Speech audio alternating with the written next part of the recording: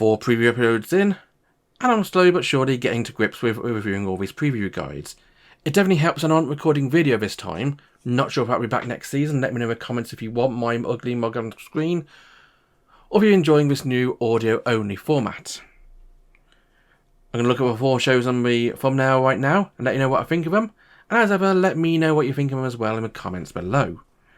And join me, because this is the 2024 Spring Anime Preview, from a different perspective.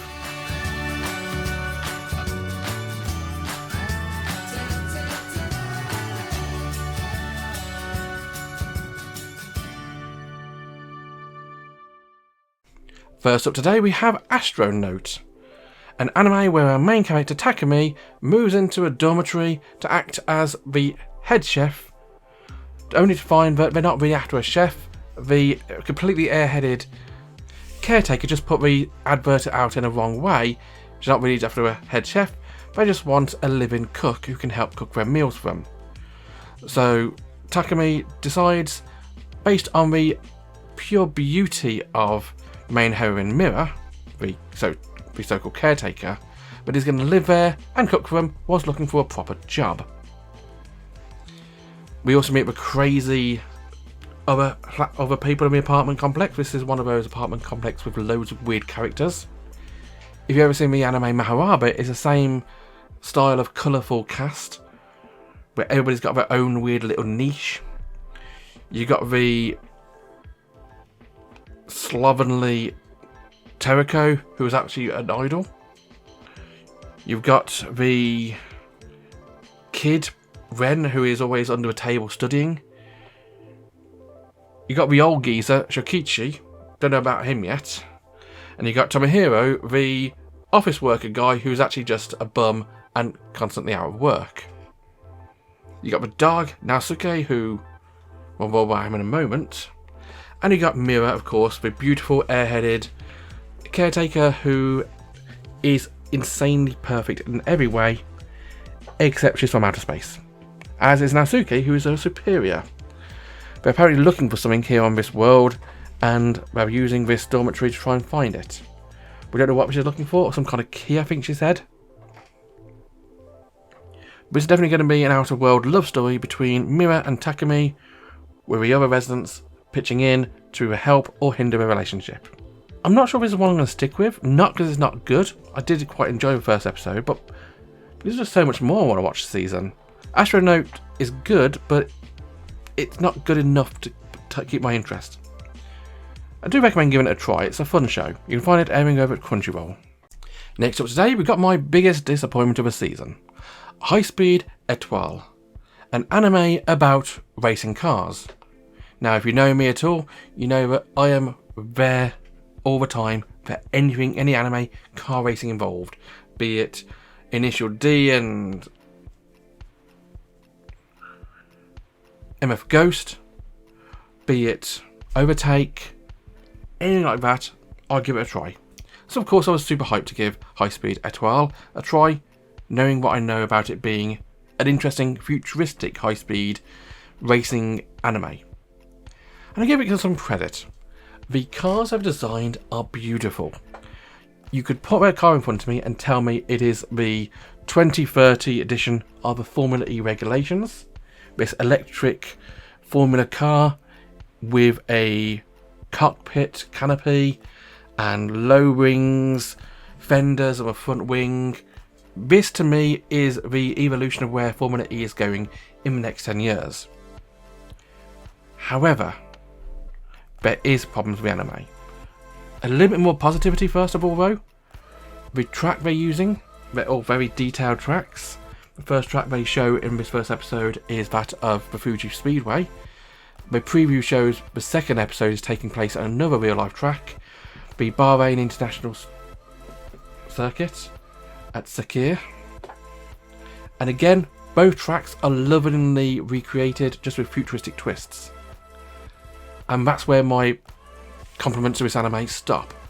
Because what we have here is a overly CG, poorly animated anime where the human characters are as stiff and robotic as dolls, Probably not surprising given that this studio has also worked on all the fighting doll anime of recent years.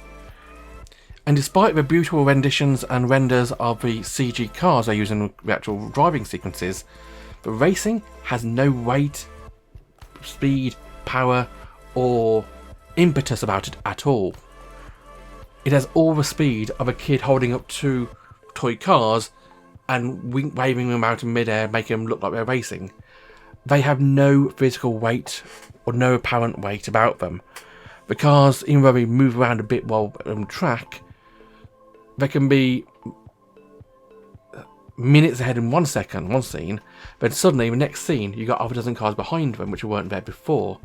They come into a pit and they are completely without weight. They come to stop on a sixpence and get going again as if they've been forced forward by a rocket sled. They have Tron-like tail lights which activate a special power mode which makes no sense at all. The banking of the corners vary based on where you look at it on the track, and also it goes upside down for no reason. Not the actual cars, just the camera. It just shows the camera upside down watching the cars driving as though they're on a ceiling, but despite they're not. There's so much to hate about this anime. It's just a shame they got such a beautiful, fantastic cast with them. I mean, they've got Yui Horii, they've got Yoko Hakasa, they've got Nana Mizuki doing the opening theme for crying out loud. And yet, they couldn't keep the one thing most critical about a racing anime good. And that's the racing part. I mean, they could get away with having the plasticky, robotic CG characters if the racing was good. It's not. It's shockingly bad. Give this one a wide berth. It's not one for me, and I'm a racing fan. No. Steer clear. You can find it on Crunchyroll, however. Next up today, we've got an anime which I have also been anticipating. Probably more so than the last one, actually. Jellyfish Can't Swim in the Night. Now, if you're a avid follower of my preview guides, one studio stands out ahead of most, with the exception of Kyoto Animation, as an anime studio which I look for every season. Not everything they touch turns to gold. But when Doga Kobo put out an anime, I pay attention. And this season, they've not just put out an anime, but put out an original anime which have written themselves. Jellyfish Can't Swim in the Night is an anime original show about a bunch of girls who have got a lot to prove and come together to form an anonymous group called Jelly. We introduced the two main characters in this first episode. We got Mihiro, our probably main character, who is an artist, or she was a former artist. She entered a competition as a kid to create a mural to go onto a wall. She won it. There's this beautiful artwork of this purple and neon blue, almost synthwave colour scheme, jellyfish on this wall. Of course, in these days, it's all been graffitied over because of people are idiots and don't understand art. Not that she really helped herself, as she first introduced it to her friends, saying, I found this really cool artwork. They're all dismissive, saying, that's a bit silly, what are they? And so she gets all embarrassed and denies ownership of it. She basically says, I don't know, it's just something I found. And they say, shall we go tag it? And they basically start the trend of just graffitiing over this beautiful artwork. She's even crossed out her own name, she's ashamed of it, and decided she's not going to be an artist anymore. That is until she meets Kano, a former idol who, for some reason, got kicked out and was forced to graduate from her old group. The news stories say she hit her co-worker, but I'll be honest, I don't think she probably did. Or if she did, she probably had a bloody good reason for it. And Kano is very much a hothead. She loves the artwork which Mahiro created, despite the fact not knowing that Mahiro created it initially. But the moment she does, she just is wowed and thinks, I want you to join me, help me draw art from my music, I'm creating music again, I want to create something special, I don't want to live off my old idol work, I want to be something new. Eventually Mahiro comes around and they become the group Jelly, after Jellyfish of course, Because you know jellyfish can't swim alone. You gotta swim together. And this is going to be a beautiful coming of age story between these girls. Now where it's going to go, I couldn't tell you. But there's enough fantastic atmosphere and music here. And knowing what fantastic work that Doga Cobra have done on the likes of Oshinoko last season. And plus their fantastic works in the past, which I love. I love the first episode and I'm going to carry on watching more of it. This is an anime which not everybody will be able to watch because it's on High Dive. But honestly, if you watch one show this season on High Dive or find other ways to sail overseas, this one I'd recommend you watch. Finally today we have Tonari no Yokai-san, an anime about yokai. A main character, or the first character introduced at this time, is a newly born Nekomata, a cat who has died and is reborn as a cat yokai, who is coming to terms with what he is now. Unlike the cat, he can actually speak and chat and walk around, and he wants to learn how to use his abilities. As we travel around the town, we're introduced to a bunch of other yokai and humans, the likes of Jiro, the friendly neighbourhood Crow Tengu. And as we progress through the story, we learn about other yokai mingling with humans. Why there's yokai and humans all interacting together, I've no idea, but the anime presents it as normal, so we should probably accept it as normal. There's more going on under the surface, but this looks to me more a case of a community slice of life piece with different plot twists and plot elements going off in different directions.